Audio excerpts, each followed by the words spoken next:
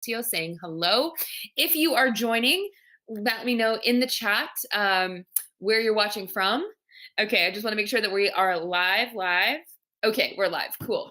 All right, Ben. So we have Ben Valdez Hempel, who, of course, you will know from past fans. And Scott Brokaw, who is the head of the Supporters Club at the Capitol Blues in Washington, D.C. So they're coming to us from their new bar. So we're going to talk about the little through that last couple of minutes right before we log on. But let's go ahead and before we get there, tell me about where you are and where your home is now.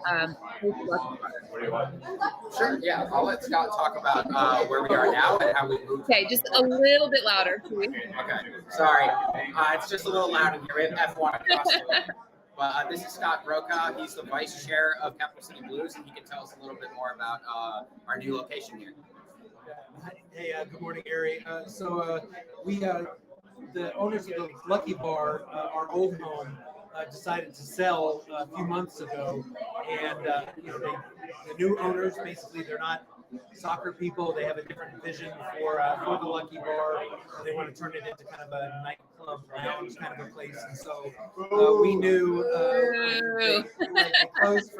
they closed for renovations, and when they reopen, they're basically not going to be a soccer bar anymore. And so we went looking. We had a lot of interest. Several bars in the local area reached out to us. We came to across the pond, which is actually on Connecticut Avenue, which is the same road that the Lucky Bar was on. But we're on the other side of DuPont Circle, so in the same general area. Sorry, I'm going to cut you off. I'm going to repeat that. The new bar is across the pond. So if you ever go to Washington, D.C., do not go to Lucky Bar. It is not what it was anymore. It is now across the pond. Okay, correct. Yes, correct. So across the pond, the sports bar, you can see from the signage. It's kind of a Boston-themed sports bar. So they do a lot of Bruins and Red Sox and stuff like that, but they're also really big into soccer and F1 and all that. They've treated us really well. We like it.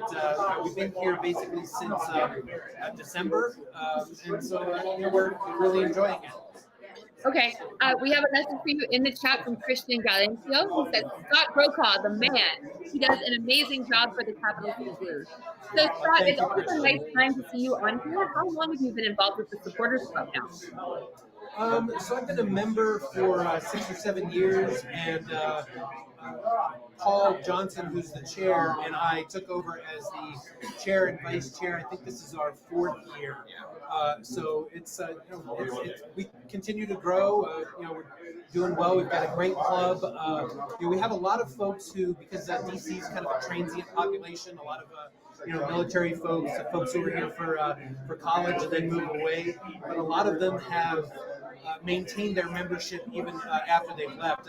We've got one guy who's in the Air Force. He left DC. He and his wife went to Papua New Guinea for a year, and now they're in Norway. And they maintain their membership every year. So, as a matter of fact, I just submitted a ticket request for them to go to the Watford game. So they'll be going over to the UK here in a couple of weeks for the Watford game. And even though we're based here in Washington, D.C., we have members all throughout Virginia and all throughout Maryland as well. And we're very close with our Virginia Blue friends, and then also our Bel Air, Maryland friends as well. Right. It's just there's just a lot of Man City supporters in the DMV area. Well, actually, I'm glad you mentioned that stuff, because one thing I always want to point out on these shows is that we have a link down there if you want to join your local or even not local official supporters club. That's the way to get tickets. Like, we get messages all the time on the Man City account, like, I'm going to England, how can I get tickets? Join your supporters club, because they have a ticket allotment, and they'll make it so easy for you. The link is below, and even if you're not near one, A, you can start one. It's not that hard to help you. But B, you can join, like, the closest one or one that you can connect to, and still get those benefits. So, link is down there. Okay, y'all, let's go to the game. All right,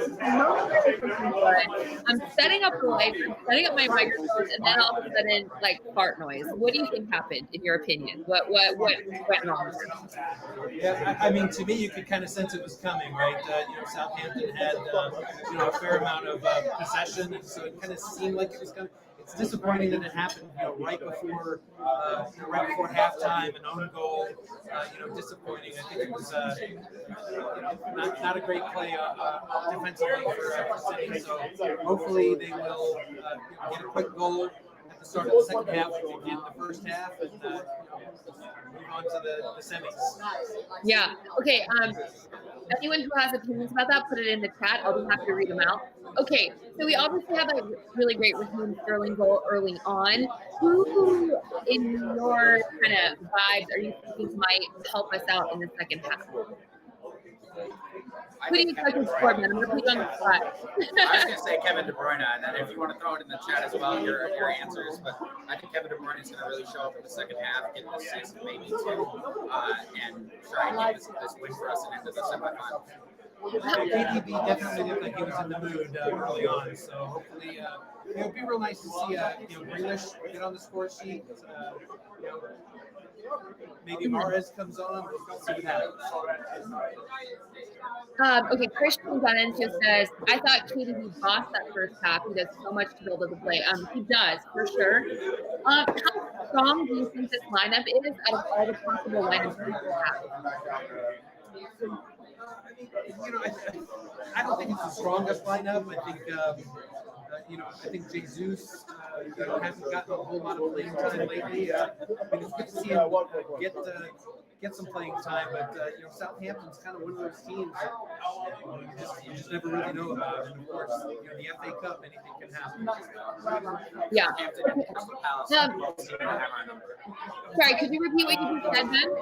I said Southampton and Crystal Palace both seem to have our number. Yes, they do. Now, I'm wondering if you can pick up maybe the laptop or whatever you think is the computer camera and just show us around your new bar. Got Lucky Bar. I want to say this already looks much better lit than Lucky Bar. Let's go. Hey! Say hi, everyone.